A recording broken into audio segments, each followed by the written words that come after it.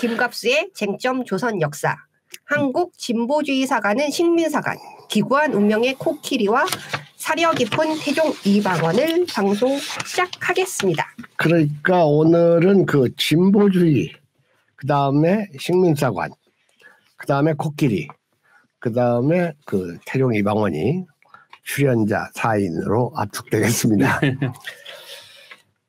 자, 여러분들 그 한국의 진보와 그리고 운동권이 채택하고 있는 그 역사관은 유럽의 근대사관입니다.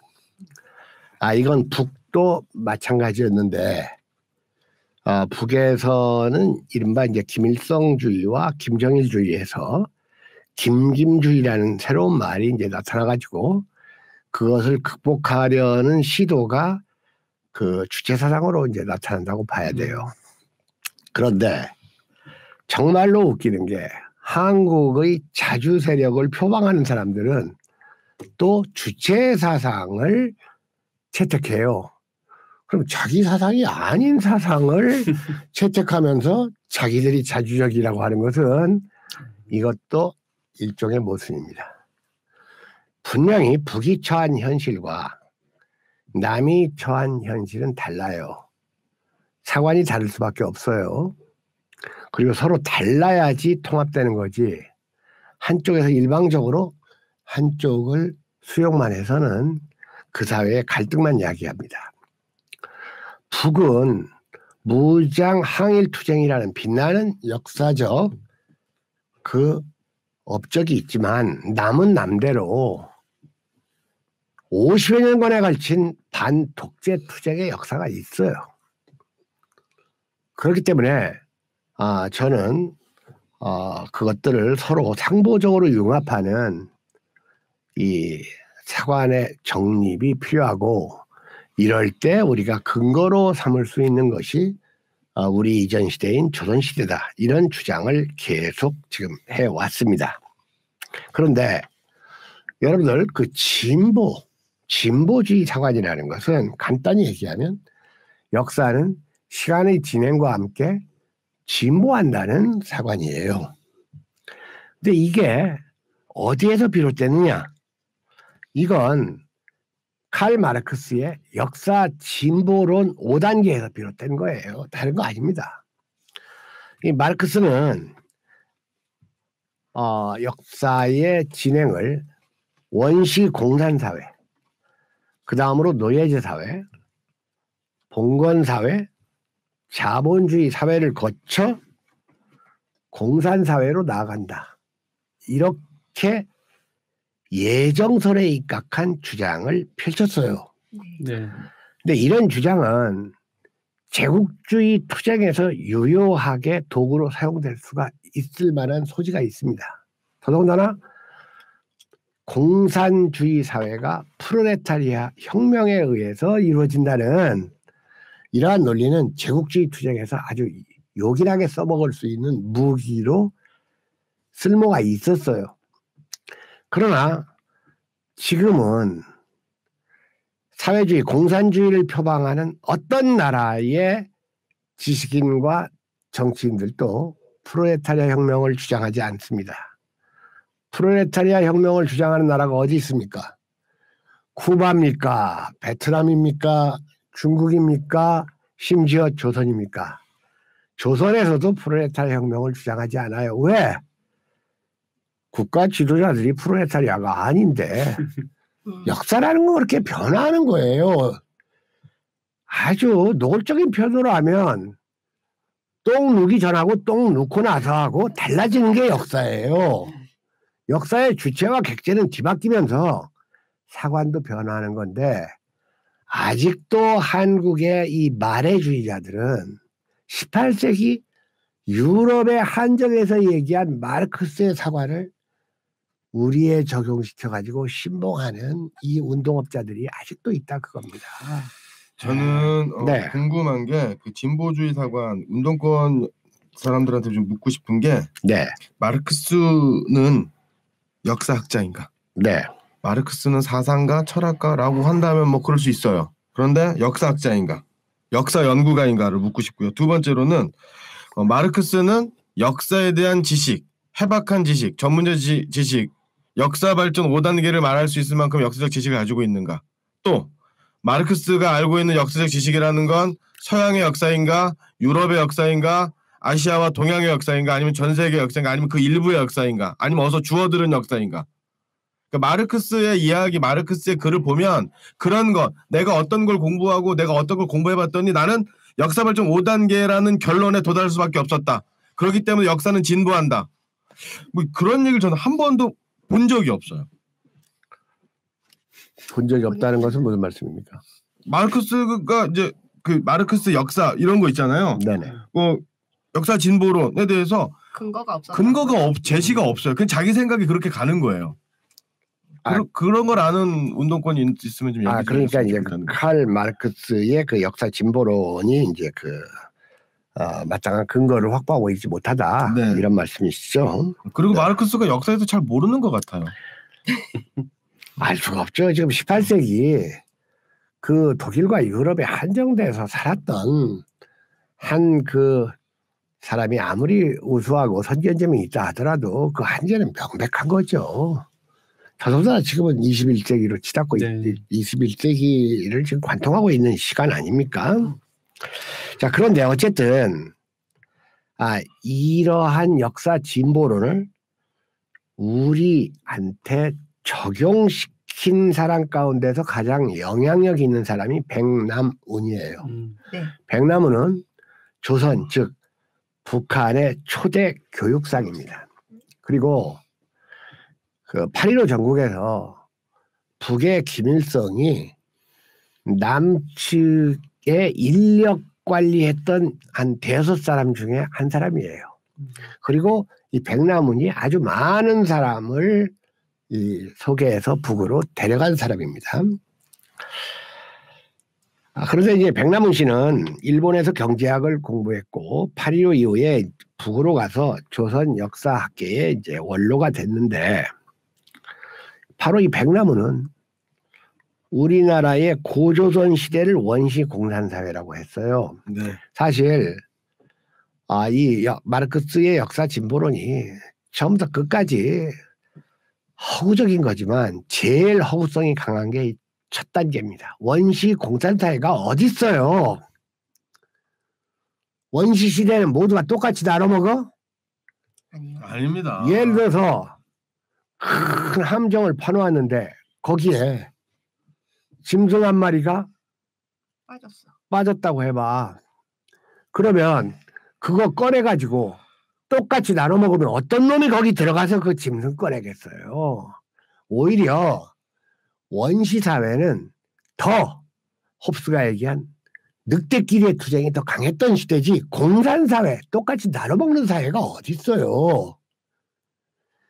심지어 성금이나 기부금 삥땅하는 사람들도 똑같이 나누지 않아요. 어떻게 나누나요? 지혜에 따라 달라요. 돈 먼저 받은 그 다음에 계좌로 입금하면 더 백남운이 뭘 고조선을 알아요. 그 다음에 경제학자거든요. 물론 직업이 그렇다고 해서 그걸 잘하는 건 아니에요. 아까 그 강명길 선생님이 뭐 마르크스는 역사학자인가? 그럼 역사학자는 뭐 역사를 잘 아는 게 아니겠죠. 자, 오늘 좀 제가 이런 말들을 자꾸 이렇게 반복하는 것도 의미가 있어요. 왜냐하면 어려운 얘기예요, 이게. 이거에 대한 배경 지식이나 사전 공부가 없는 사람들은 어렵게 느낄 수가 있어요. 그러니까 차근차근히 하겠습니다.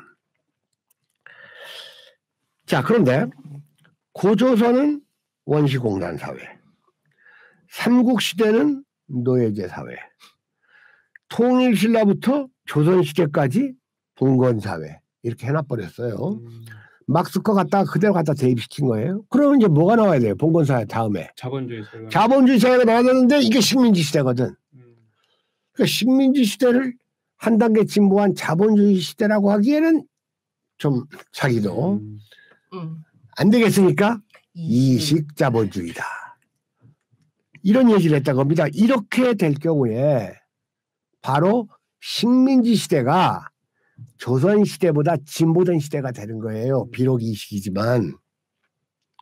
바로 이렇기 때문에 조국이 이영훈한테 밀리고 조국이 이영훈한테 밀리는 이유가 네. 여기에 있고 윤미향이 박유화한테 밀리는 이유가 여기에 있는 거예요. 바로. 네. 아주 중요한 문제입니다. 지금. 저는 왜 한국의 진보 자주 세력이 진보성과 자주성이 없을까를 놓고 정말 오랫동안 많이 생각하고 읽고 연구하고 했어요. 그리고 이런 결론을 냈습니다. 사실 말입니다.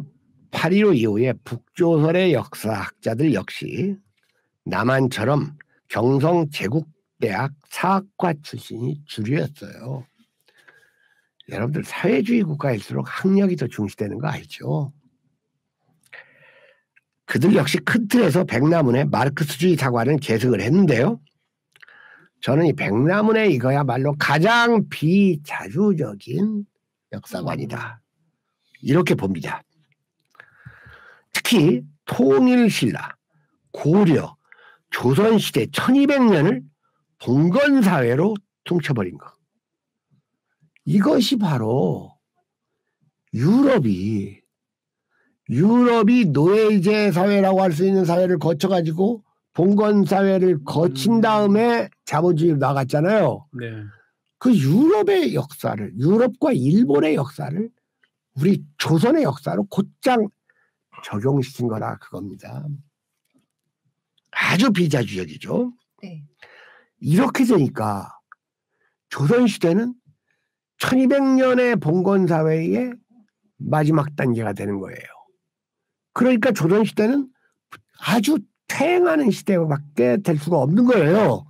700년이나 봉건사회를 거치고 또 정권 찬탈해가지고 봉건사회를 이어갔다는 논리가 나오니까 14세기 위대한 조선의 역성혁명이 부정되고 조선시대를 마구 폄하하고 조선의 역사를 들여다보지도 않는, 심지어 말입니다. 법륜이라는 법륜이라는 그분을 뭐라고 칭을 해야 될지 참 모르겠네요. 법륜 대사님이 있는데 이 법륜 법사께서 고려 시대는 그래도 좀 낫습니다. 조선은 나빠요. 이런 말을 공개적으로 하고 다녀요. 일단 조선은 불교를 탄압했으니까 네. 자기가 보기에는 싫을 수가 있는데 큰 틀에서 다 비슷해요. 다시 말해서 지금 여기서 말하는 한국의 진보주의 세력은 노무현 문재인까지를 포함하는 세력입니다. 조선 역사관이 다 비슷합니다. 자, 여러분들 조금 어려운 얘기가 되겠는데 공산당 선언 알죠? 네. 자, 공산당 선언에서 나오는 가장 유명한 말이 전 세계 프롤레타리아 단결론입니다. 네. 그리고 그 뒤에 마르크스는 1864년에 제1 인터내셔널 창립선언과 규약을 썼어요. 자, 전 세계 프롤레타리아의 단결, 불과 7, 8년 전만 해도 노동절이 되면 인터내셔널 깃발 흔들면서 전 세계 프롤레타리아여 단결하라 이런 구호를 페이스북에 이렇게 도배하고 다니는 노동운동가들이 숱하게 많았는데 지금 거의 없어졌잖아요. 지금도 있습니까? 있습니다. 아, 지금도 있어요? 네. 아, 다 패친 상한 차단했겠죠, 네, 선생님. 네, 저는 이제 네. 말도 안 되는 자, 얘기 하는 거죠 지금 이 사람. 자, 여러분들 한국과 일본은 지리적으로 근접해 있고 대미 종속과 신자유주의 면에서 공통점이 큰 나라예요. 그럼에도 불구하고 한국 노동자와 일본 노동자가 단결할 수 있습니까? 없습니다. 자, 그러면 극단적으로 대적 관계에 있는 미국 노동자와 조선, 북한 노동자가 단결 가능합니까? 절대 안 됩니다. 자, 이 프롤레타리아 단결론처럼 허구적인 역사관이 없어요. 대한민국을 한번 보세요. 정규직 노동자와 비정규직 노동자가 단결합니까? 자, 마르크스는 제1 인터내셔널에서 자기 나라 노동자들끼리도 단결을 안 하잖아요. 그렇지 않습니까? 그러니까 제가 예전에 비정규직 노조에 강연을 간 적이 있어요. 근데 그 비정규직 노조 사무실에 포스터가 붙어 있는데 어떤 포스터냐면 자동차가 정규직 마을을 향해서 막 가고 있는데 거기에 유턴 표시가 딱 나타납니다. 유턴 표시가 나타나가지고 비정규직은 유턴하시오. 이런 포스터가 있어요. 자, 그런데 이제 마르크스가 제일 인터내셔널에서 그 당시에 그 유럽 경제, 자본주의 경제를 심하게 비판을 했잖아요. 그러면서 이런 잘못된 경제 상태는 프롤레타리아의 계급 해방 외에 그 어떤 방법, 즉 시장 개발, 자유무역, 그리고 어떤 식민지 개척으로도 극복할 수 없다. 자, 이건 어디 입장에서 한 말입니까? 제국주의 입장에서 한 말이잖아요.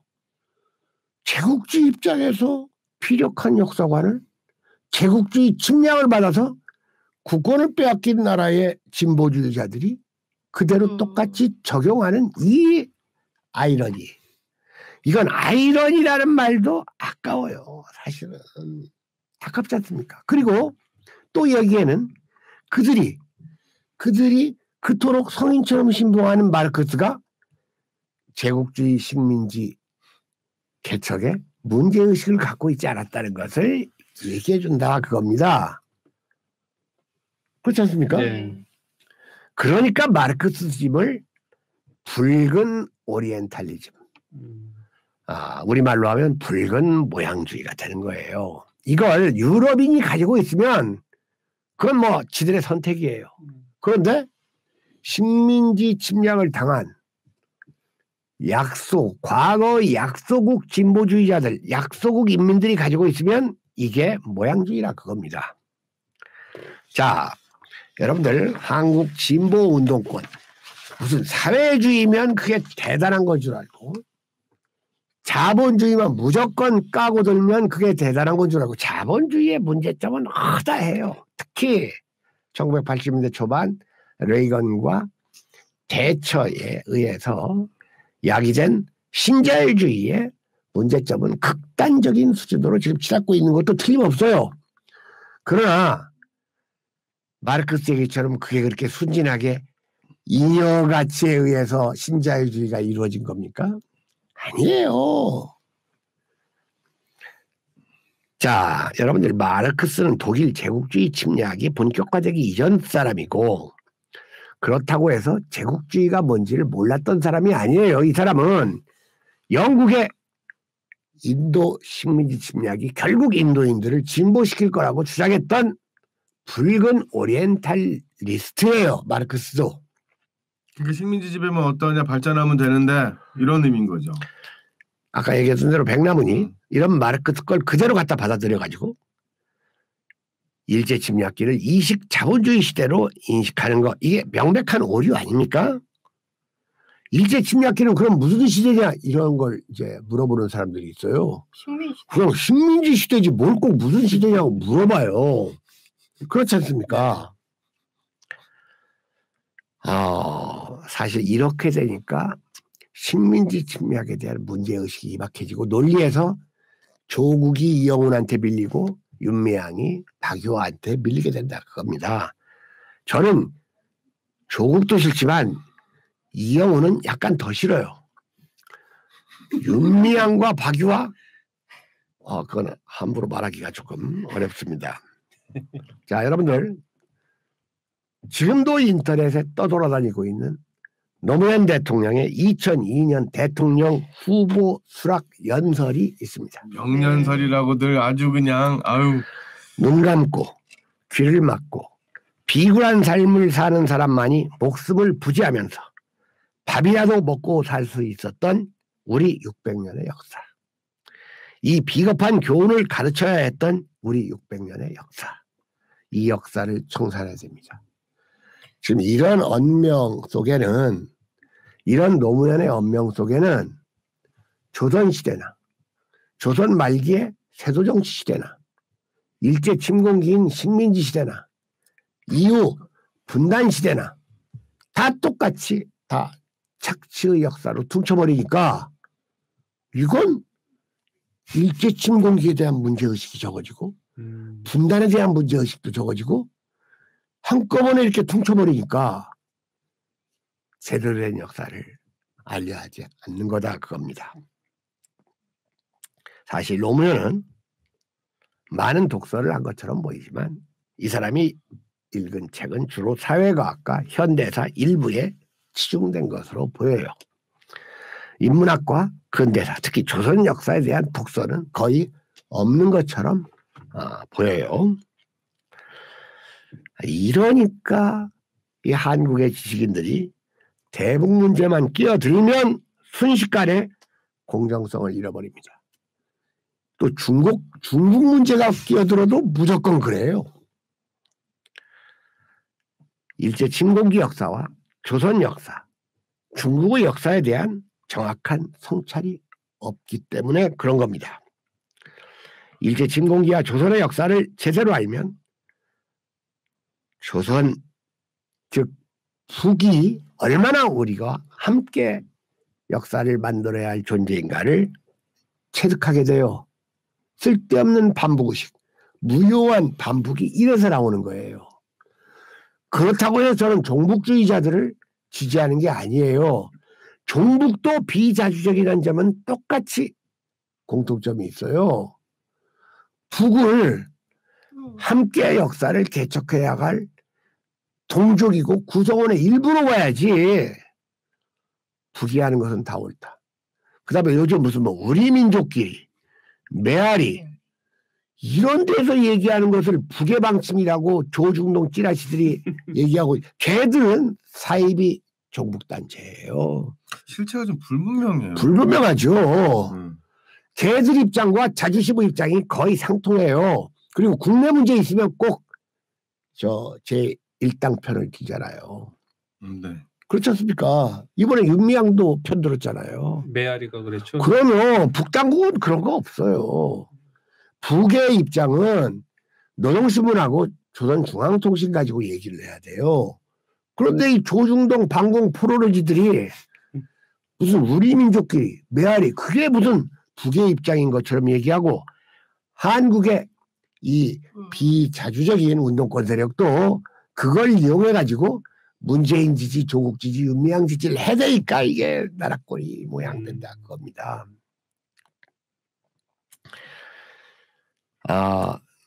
거듭 말씀드립니다만은 우리는 이 마르크스의 진보사관 그리고 프롤레타리아 혁명론에 대해서 조금도 동의하지 않습니다. 그리고 마르크스가 가지고 있었던 제국주의 침략에 대한 문제의식 없음을 지적할 수밖에 없어요. 그리고 보세요. 역사가 이렇게 예측한 시대로 간다. 이게 여러분들 이건 마르크스의 의견일 뿐이에요. 영어를 써서 미안합니다. 오피니언이에요. 오피니언.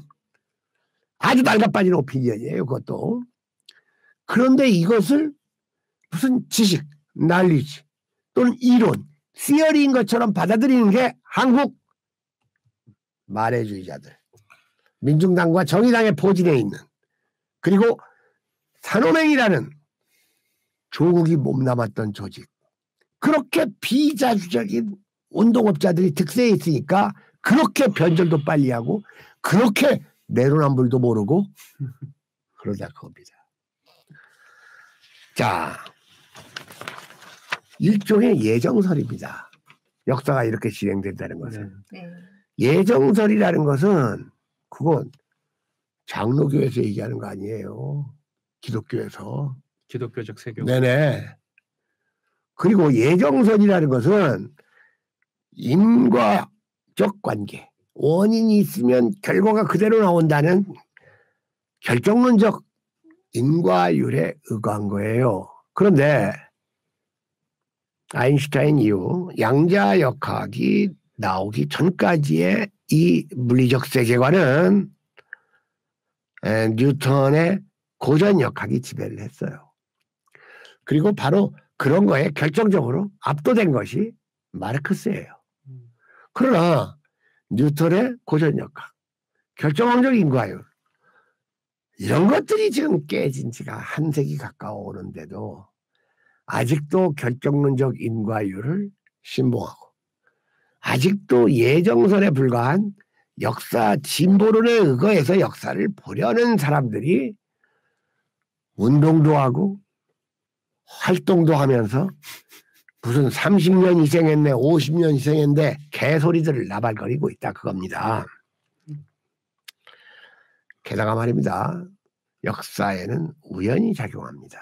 아주 중요합니다. 우연이 작용하기 때문에 역사는 확률, 개연성에 의거해서 진행되지 어떤 역사도 필연성에 의거해서 진행되는 역사는 없다 그겁니다. 그렇기 때문에 저는 이렇게 마르크스 그리고 우파 쪽에서 막스 베버를 필두로 하는 서양의 근대주의 이것은 식민사관과 함께 아주 관용적으로 표현해서 범식민사관이다. 이렇게 주장을 합니다.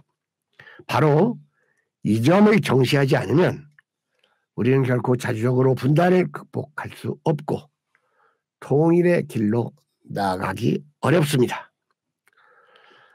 여러분, 우리가 역사를 공부하는 것은 심지어 태종과 코끼리를 공부하는 것까지도 현재와 미래를 위해서입니다.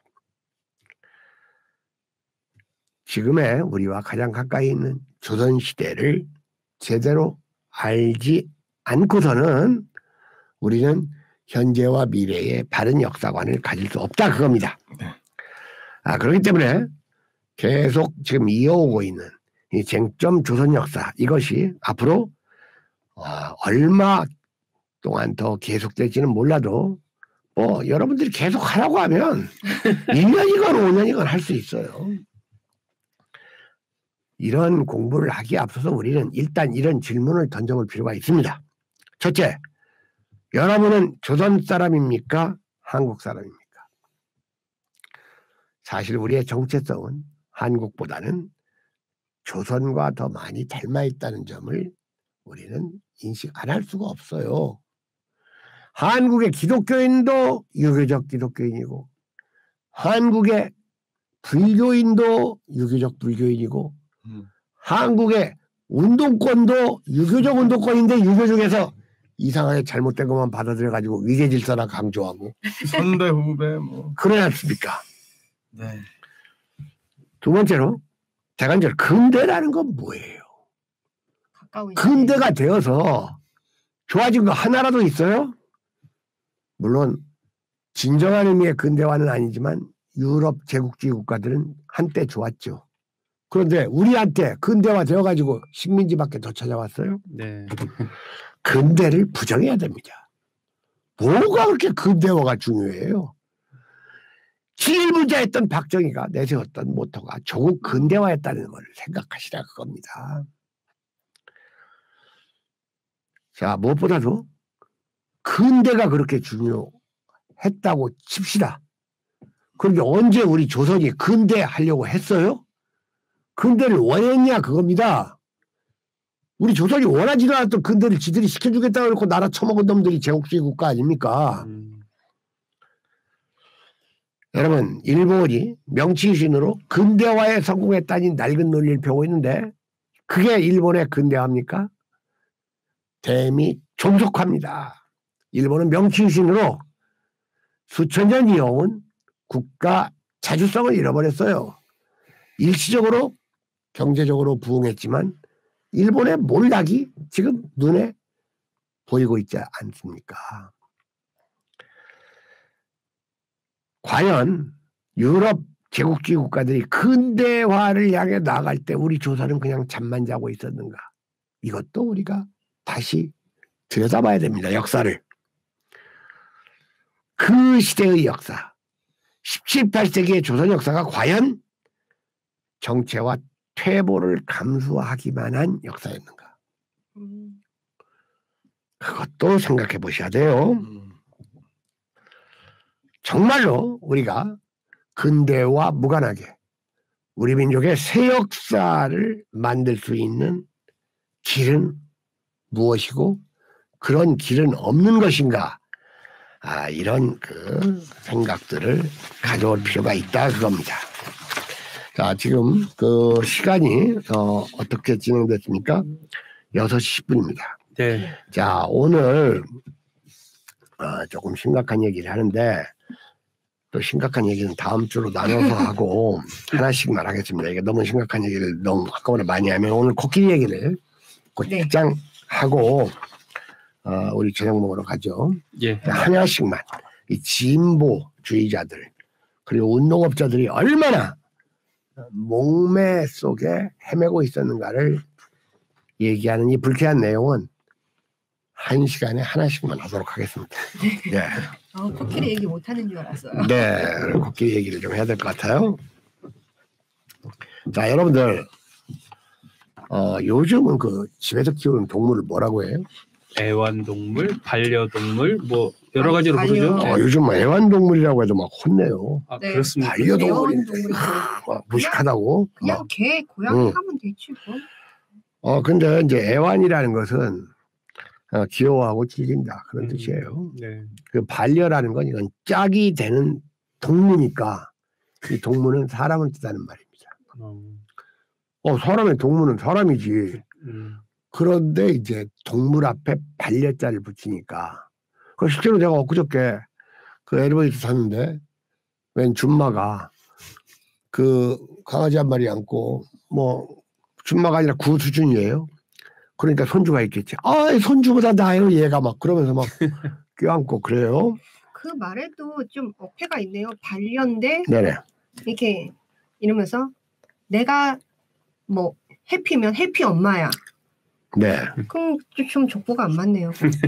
반려와 자잘한 위계 질서죠. 네. 반려라는 말, 애완이라는 말 속에서 철저히 그 동물을 자기 노예로 만드는 거죠. 우월적지위를 확인하는. 그렇지 않습니까? 그 아파트에서 개 키우면서 성대 제거 수술 하잖아요. 요즘에 안 해. 요즘 안 합니까? 시끄러워 죽겠어요. 네. 중성화 시키죠 요즘은 많이. 성대 제거 수술은 그건 동물에 대한 학대. 아주 나쁜 폭력입니다. 그건 성기 제거 수술만큼이나 나쁩니다.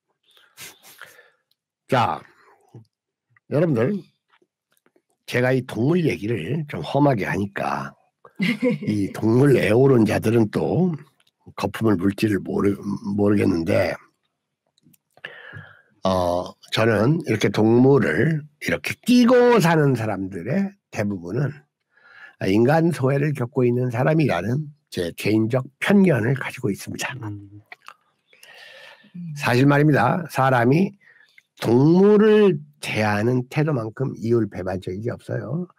여러분 유발 하라리의 그 호모사피엔스. 예, 호모사피엔스를 보세요. 거기에서 인간이 얼마나 특히 그 닭에 대해서 나쁜 짓을 하고 있는가. 예, 대량 그냥 사육하잖아요. 돼지. 이제 그런 걸 아주 실감나게 이제 지적을 하고 있는데 상당히 이율배반적이죠, 동물에 대해서. 그러니까 제가 이제 그 어렸을 때 우리 아이들하고 그 치킨을 배달해서 물어뜯고 있는데 그 중에 우리 아이 중에 하나가 갑자기 엄마 이 치킨은 닭 죽여서 만든 거죠? 하고 질문을 하는 거예요. 그러니까 그런 질문받으면 불쾌하죠. 그리고 쟤는 IQ가 얼마길래 이런 질문을 하나 하는 좀 한심함도 좀 들잖아요. 근데도 좀 반맛이 좀 떨어지죠. 아빠 치킨은 닭을 죽여서 만든 거예요? 뭐 이런 식으로. 그러니까 이제 그 중에 또 다른 아이가 먹으려면 할 수 없어 하고 이제 이게 먹는 거. 그래서 저도 이제 다시 치킨을 이제 물어뜯기 시작을 했는데 사실 정말 이건 쉬운 문제가 아닙니다. 유발 하라리도 얘기했듯이 인간이 동물을 어떻게 대해야 하는가. 이건 정말 어려운 문제예요. 그리고 어느 한쪽을 주장하기에는 꼭 다른 논리적 반증의 비판의 여지를 제공할 수밖에 없어서 동물을 어떻게 대하는가를 말하기처럼 또 어려운 그 논제도 저는 없다고 생각합니다. 네. 제가 우리 아이들 치킨 얘기하니까 너도 맛있잖아. 그래 물으셨어야죠. 뭐 그 말이나 뭐 먹으려면 할 수 없어 그 말이나. 자 1411년 태종 11년 2월 22일자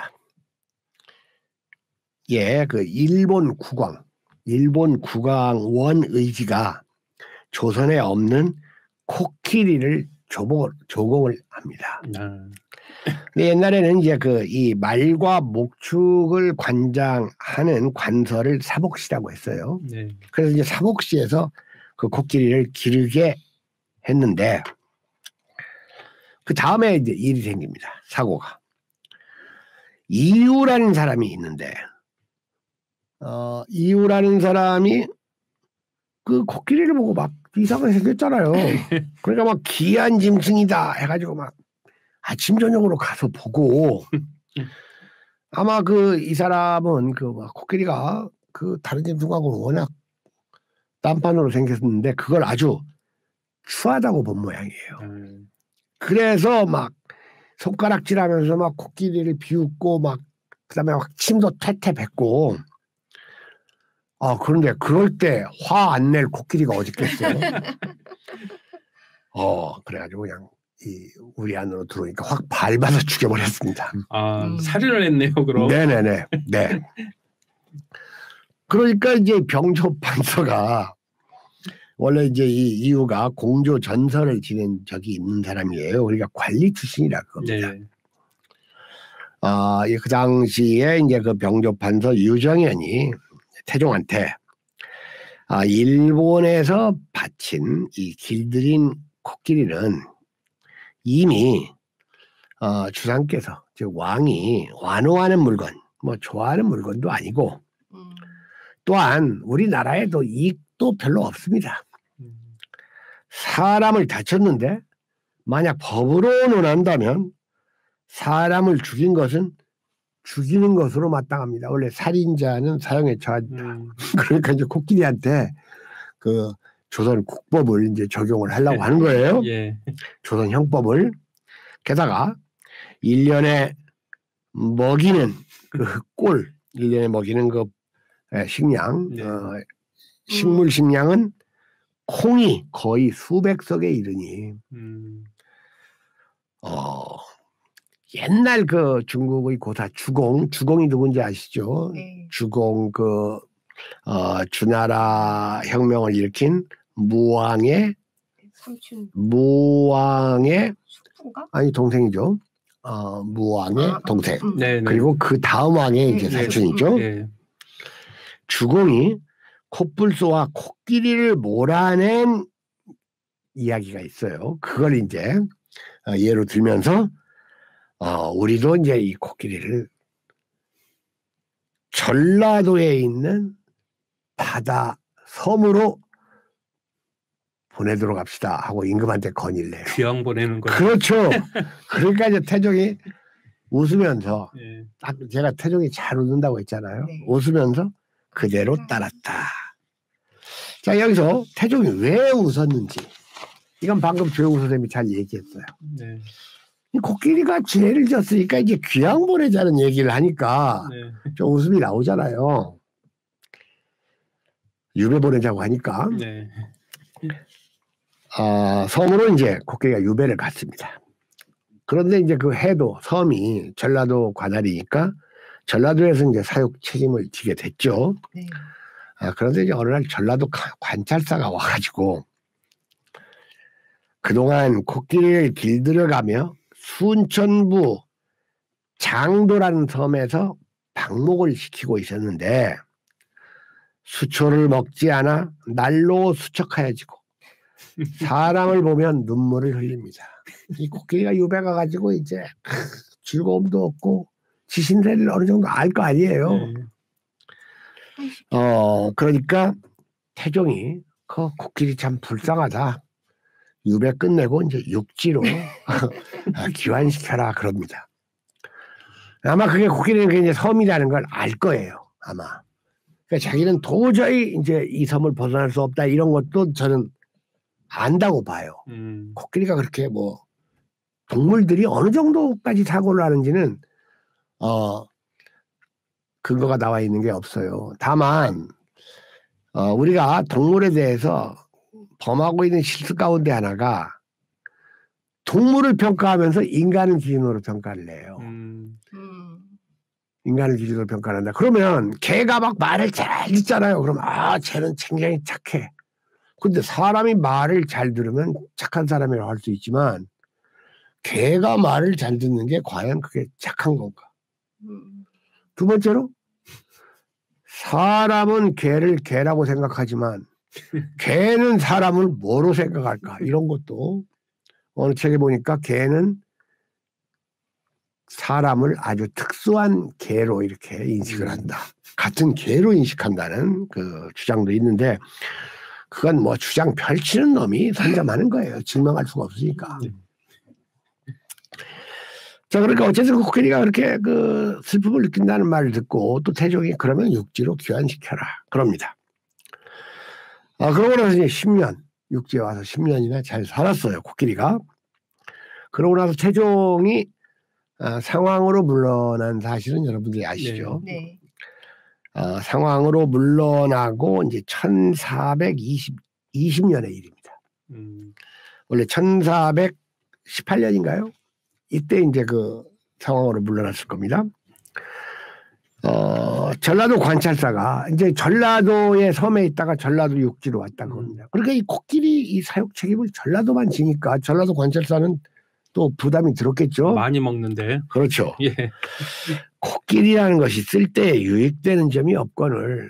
그렇죠. 뭐 코끼리를 가지고 무슨 인도처럼 부려먹거나 그런 것도 아니고 한 마리 있는데 지금 돈에 4곳의 변방 지방관에게 명하여 돌려가면서 먹여 기르라 하였으니 배가 적지 않고 돈의 백성들만 괴로움을 받게 되니 청컨대 충청 경상도까지 아울러 명하여 돌아가면서 기르도록 하게 하소서. 이것도 좀 졸려는 하지만 상당히 합리적인 거예요. 왜 우리 전라도만 다른 도도 돌아가면서 좀 하자. 코끼리가 굉장히 부담된다는 뜻이겠죠. 자, 코끼리로 인한 부담을 전라도만 지는 것은 불공평하니까 공평하게 다른 도에도 나눠 기르자. 좀 졸렬한 제안이지만 합리적인 제안이에요. 그러니까 이 상황 태종이 이걸 반대할 수가 없으니까 그대로 따랐습니다. 그래가지고 충청도에서도 이제 일정 기간 키우게 하고. 그러니까 이번에는 이제 새로 코끼리를 부담지게 된 충청도 관찰사가 와가지고 태종한테 공주에 코끼리를 기르는 종이 코끼리에 채여서 죽었습니다. 또 사고를 친 거예요, 코끼리가. 그러니까 사람의 입장에서 코끼리를 보면 이건 살인자지만 코끼리 입장에서는 사람을 죽인 것이 그게 사람이 파악하는 살인행위처럼 나쁜 것이 아닐 수가 있어요. 그렇죠. 당연히. 그것이 나라에 유익한 것이 없고 먹이는 꼴과 콩이 다른 짐승보다 10곱절이나 돼요. 하루에 쌀 2말, 콩 1말씩이 온즉 1년에 소비되는 쌀이 48섬, 콩이 24섬. 아까 전라도 관찰사가 수백 석이라고 하는 거짓말이에요. 과장이지? 이건 상당히 구체적인 보고네요. 이건 다 이제 일기를 쓰고 체크를 했다는 얘기 아니에요. 그러니까 다 이 회계 정리를 다 했잖아요. 윤명이는 이런 걸 좀 봐야 돼요. 코끼리가 얼마를 먹었는지까지 정확하게. 콩이 24섬입니다. 그런데 화를 내면 사람을 해치니 이익이 없을 뿐만 아니라 도리어 해가 되니 바다 섬 가운데 있는 목장에 내놓으소서. 이건 뭡니까? 또다시 내보내자는 거 아닙니까? 사람을 죽였으니까. 예. 사람 죽일 때마다 유배하네요. 그러니까 뭐 유배를 한번 보내가지고 문제가 생겼는데 또 보내기는 좀 그렇잖아요. 네. 태종이 과연 어떻게 했을 것 같은가? 이게 이제 오늘의 꼭 하고 싶은 말입니다. 코끼리의 입장에서 생각을 해준 거예요. 왜 코끼리가 저렇게 말썽을 피우고 왜 코끼리가 섬에서는 저렇게 슬퍼했는가? 쟤한테는 예전에 누리던 자유가 없어졌구나 이런 생각을 했겠잖아요. 그러니까 어떤 방침을 내놓냐면 물과 풀이 좋은 곳을 가려서 이를 내어놓고 병들어 죽지 말게 하라. 최대한의 자유를 주되 병들어 안 죽을 정도만 먼발치에서 돌봐줘라. 유배를 보낸 게 아니라 요양을 보냈네요. 그렇죠. 예, 그렇습니다. 네. 많이 늙었잖아. 이제. 네. 그러니까 말 그대로 정말 이 코끼리가 팔자가 얼마나 기구합니까? 일본 놈들한테 잡혀가지고 배 타고 조선으로 진상돼가지고 거기에서 유배가 육지로 돌아와 충청도 전라도 왔다 갔다 서로 떠맞지 않으려고 해. 그러다가 또 사람도 밟아 죽여. 이러니까 그리고 맨날 많이 처먹는다고 눈치나 사람들한테 먹고. 자, 근데 이제 제가 그 다음 실록을 앞만 찾아봐도 이 코끼리의 후일담은 안 나옵니다. 네. 왜 그럴 것 같아요? 태종이 곧 죽었거든요. 예, 그렇지 않습니까? 아무튼 안 나오는데 어쨌든 그 태종의 지침대로 물과 풀이 좋은 곳에서 살다가 자연사했을 것으로 저는 추정하고 싶습니다. 자, 하지만 우리가 이러한 그 역사를 통해서 더 중요한 것을 배울 수가 있어요. 사람이 동물을 어떻게 대할 것인지. 우리는 태종한테서 답을 얻을 수가 있습니다. 할 수 있는 바, 할 수 있을 때에는 최대한 동물 입장에서 생각해주고 그 한계를 초월하면 더 이상은 할 수 없는 거고 나름대로 그 동물은 자연 아닙니까? 우리 인간도 자연이에요. 자연과 가깝게 만들어서 자연스럽게 살다가 자연스럽게 죽게 만들려는 이 태종의 동물관이야말로 아주 합리적이면서도 세련된 것이고 이러한 것은 이 보편적 진리라고 생각을 합니다.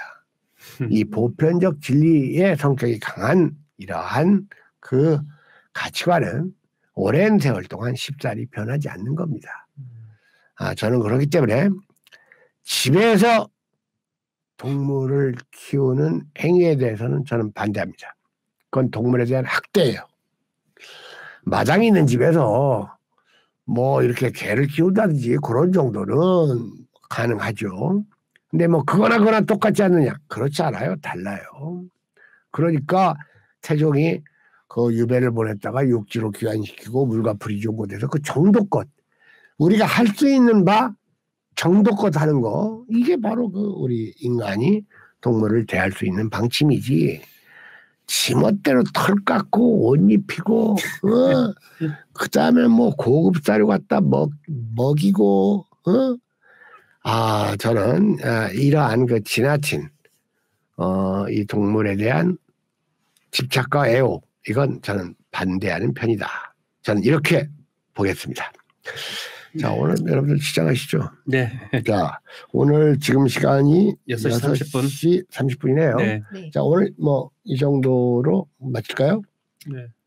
다음번에 그 태종이방원의 비범성과 함께 그 운동권 상환의 문제점, 조선 봉건 국가론의 허구성 뭐 이런 논의를 또 하도록 하겠습니다. 2주. 네, 항상 준비를 해오면 일부밖에 안 하는데 못 하는데 항상 다 하려고 준비해 오는 게 아니라 혹시 시간이 모자랄까봐 많은 준비를 해오는 것뿐입니다. 자, 그러면 여러분들 오늘 방송을 마치겠습니다. 자, 여러분들 이 댓글에 참여해 주신 분들 다시 한번 고마움을 표합니다. 네. 자, 뭐 여러분들 인사하시죠. 좀 하실 말씀 좀 하시죠. 아까 저 없는 사이에 뭐 댓글 클릭 같은 것도 했습니까? 공지하다가 시간이. 공지하다가요. 네. 자, 댓글 클리닉은 하나밖에 이렇게 말하자면 그 투척에 관해서밖에 못했습니다. 그것도 공지와 함께. 네. 제가 지금 방송하고 있는 조선 역사는 그 자주인을 위한 진짜 조선 역사 제가 쓴 책 그걸 근거로 하고 거기에 이제 제가 새로 그 추가된 실록의 내용을 좀 덧붙이기도 하고 그 다음에 그 군데군데 요즘 또 그 상황에 맞게 또 얘기를 더 보태기도 하고 해서 그저 옛날 이야기를 하는 식으로 전개를 하겠습니다. 그리고 우리가 그 일부에 이어서 연속 진행된 쟁점 조선 역사는 우리 진경화 선생님이 수고하셔가지고 따로 이제 자막 처리를 하셔가지고 따로 또 등재된다. 이것도 여러분들이 이제 알고 계실 겁니다. 자, 여러분들 그만 작별 인사를 하겠습니다. 멀리 먼 외국에서까지 이 시청료를 투척해 주신 분들께도 감사를 드립니다. 네. 마치겠습니다. 다음 주에 뵙겠습니다. 2주 뒤에 다음 주 뵙겠습니다. 아닙니다. 2주 뒤에 다다음 뵙겠습니다. 주입니다. 왜 갑자기 와가지고 다음 주라고 그래?